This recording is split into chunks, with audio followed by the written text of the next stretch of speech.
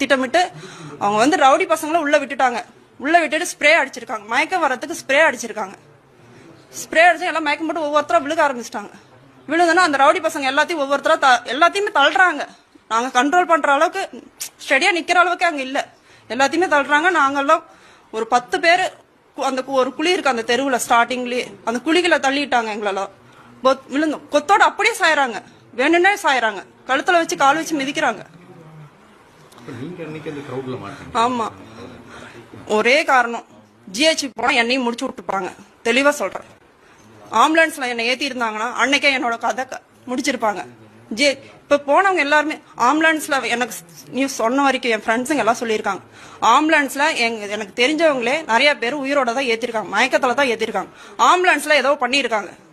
இல்லைன்னா ஹாஸ்பிட்டல்ல இவங்க கட்சி மூலியமா ஏதோ பண்ணிருக்காங்க. அவங்க எல்லாருமே இறந்துடல, எல்லாம் மயக்கத்துல தான் போயிருக்காங்க. ஆம்புலன்ஸ்ல ஏதோ நடந்திருக்கு. நான் போயிருந்தாலும் எனக்கு ஏதோ நடந்திருக்கும். நான் இங்க நின்று பேசியிருக்க முடியாது. இந்த கேஸ்ல அவங்க ஹஸ்பண்ட் தான் ஃபர்ஸ்ட் அக்யூஸ்டா சேர்த்திருக்காங்க. இல்ல